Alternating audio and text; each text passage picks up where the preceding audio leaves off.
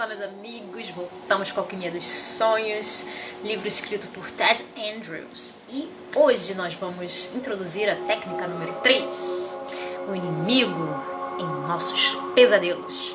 Bom, alguns podem achar estranho começar a explorar a utilização de mitos e lendas no trabalho onírico com pesadelos.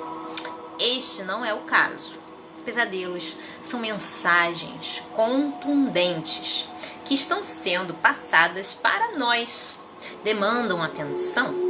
Os métodos que serão investigados não visam estimular pesadelos, ao contrário, objetivam estimular sonhos para ajudar a esclarecer aquilo que se mostrou tão assustador. A maioria das pessoas se força a acordar durante um pesadelo. Esta é uma maneira de evitá-los. O indivíduo foge daquilo que está diante de si, geralmente as coisas que mais teme. Podemos utilizar os mitos e lendas com as técnicas de trabalho onírico de reimersão para chegar a uma resolução quanto a essas energias. Usando tais técnicas, você realiza uma meditação na qual tenta entrar novamente no mesmo cenário onírico. Na meditação, você altera o cenário de tal maneira que aquilo que você estava fugindo é enfrentado e superado. Temos muitos temores para enfrentar e superar a vida. Em mitos e lendas, eles são simbolizados pelos monstros e demônios que o herói deve enfrentar. A maioria destes temores é um excesso de bagagem. Podemos, portanto, utilizar lendas e mitos para nos curarmos de adversários internos. Podemos nos exorcizar de maneira consciente. Os monstros dos mitos e das lendas podem nos ajudar a enfrentar estes demônios interiores. Se formos capazes de confrontá-los em nossos sonhos, isto não só resolverá o karma que os criou, mas também revelará oportunidades para remover suas manifestações em nossa vida cotidiana. Podemos usar mitos e lendas de monstros para que estes apontem onde se encontram nossos próprios monstros e qual a melhor maneira de derrotá-los. Este tipo de confrontação, experimentada dentro da vida física, através do catalisador do trabalho mítico dos sonhos, não ocorre em situações artificialmente planejadas, e sim no decorrer normal da nossa vida diária. Ela pode ativar antigas situações envolvendo indivíduos que foram a fonte original dos nossos monstros e temores internos. Pode também criar novas situações com novas pessoas que refletem simplesmente aqueles mesmos medos e monstros antigos que ainda não enfrentamos.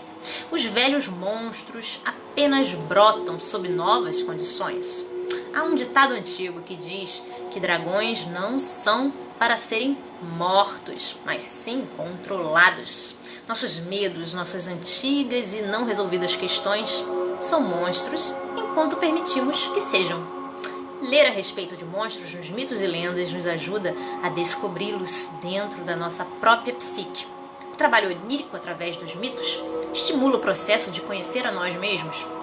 E isto inclui jogar luz sobre aqueles recantos mais escuros da nossa mente, permitir que a luz brilhe sobre os antigos temores, questões, hábitos e comportamentos que não são bons para nós.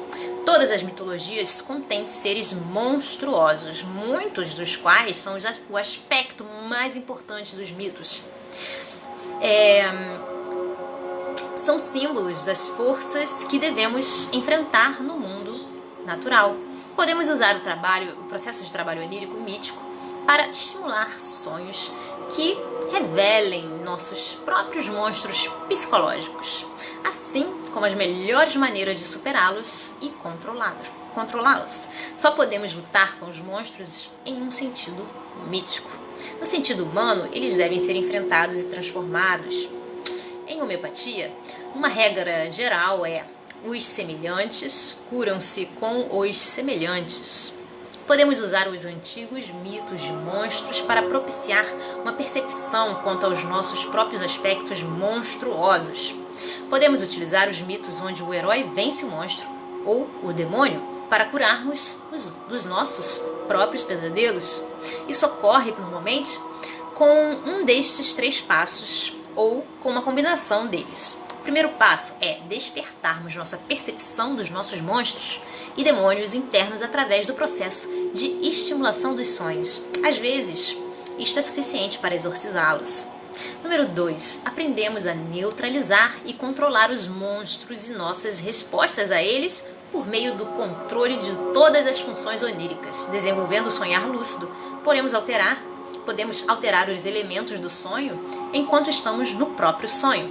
Deste modo, não nos encontramos mais à mercê daquilo que nos persegue. Número 3.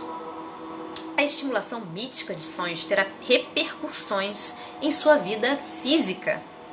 Este processo serve como uma invocação ritual que criará uma oportunidade de enfrentar a contraparte da vida real em seu estado de vigília. Ele invoca o princípio hermético da correspondência, assim como acima, abaixo, assim como abaixo, acima. Bom, diferentes monstros e demônios representam diferentes aspectos.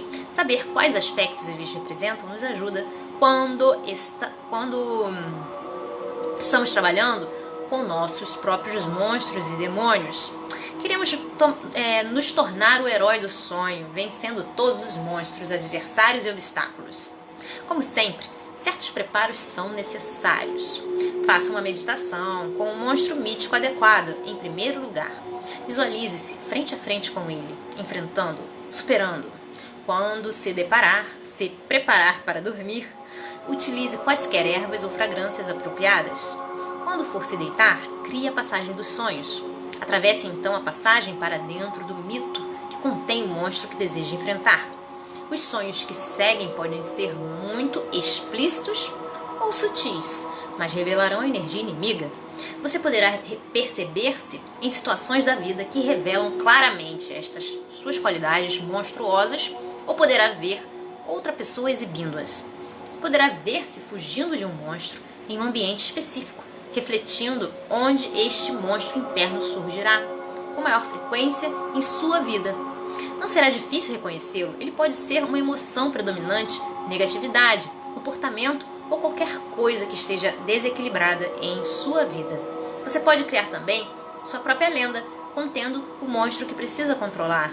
Se há uma qualidade que deseja mudar ou enfrentar, imagine-a como sendo um monstro ou um ser de aspecto um tanto misterioso. Imagine uma série de eventos nos quais você fica frente a frente com ele e deve vencê-lo.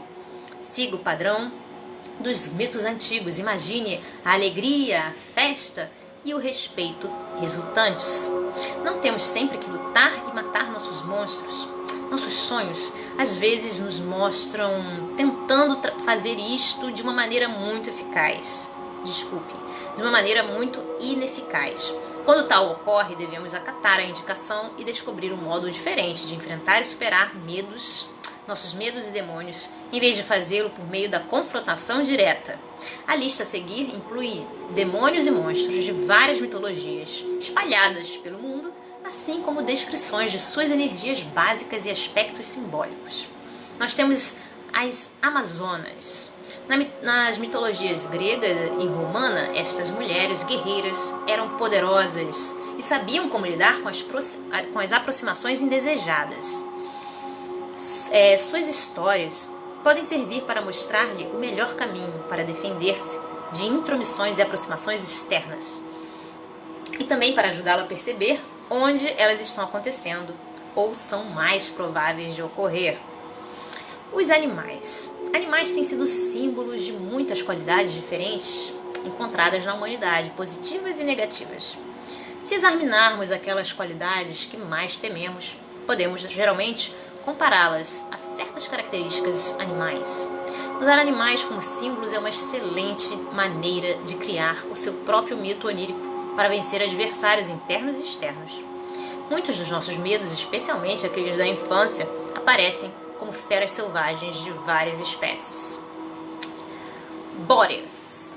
As Bóreas. Na mitologia grega, Bóreas é o vento norte. Ele pode trazer destruição e congelamento para a sua vida ou representar estes atributos. O rei Éolo deu a Ulisses para ajudá-lo em sua viagem. Este é um bom mito para superar temores de estagnação. Caríbdes. Esta é a filha de Gaia e Poseidon, na lenda grega. Ela foi jogada para dentro do mar por um raio vindo de Zeus. Bebe enormes quantidades de água do mar e cospe-as para fora, criando redemoinhos gigantes. Em suas viagens, Ulisses tinha que enfrentar este perigo. Um mito excelente para usar quando sentimos que perdemos o controle ou que estamos prestes a nos afogar em nossas circunstâncias. E também ele é eficaz no trabalho de fugir dos redemoinhos do nosso passado. Calipso. Ulisses ficou com ela durante 7 anos. Apesar de não ser propriamente um monstro, incluí-la em uma lenda ou ler lendas a ela associadas ajuda a liberar energias relativas ao medo de envelhecer e aos problemas da juventude. Sua energia é eficaz na superação de temores e superproteção. Equidna. Na mitologia grega, ela foi morta pelo monstro de vários olhos, Argos. Deu à luz a outros monstros terríveis, Cérbero, o cão de Hades, Quimera, Hidra e Ortro, de 2 cabeças. Operar com sua imagem é produtivo no trabalho onírico se precisarmos perceber se nossas ações e comportamentos estão gerando mais problemas. Ela pode também ser usada para revelar se os nossos problemas atuais são somente a ponta do iceberg. Peraí que eu quero beber um pouquinho d'água. Eu preciso. Desculpa, gente. Essa pausa para água é importante para nós continuarmos a leitura. Vocês me perdoem.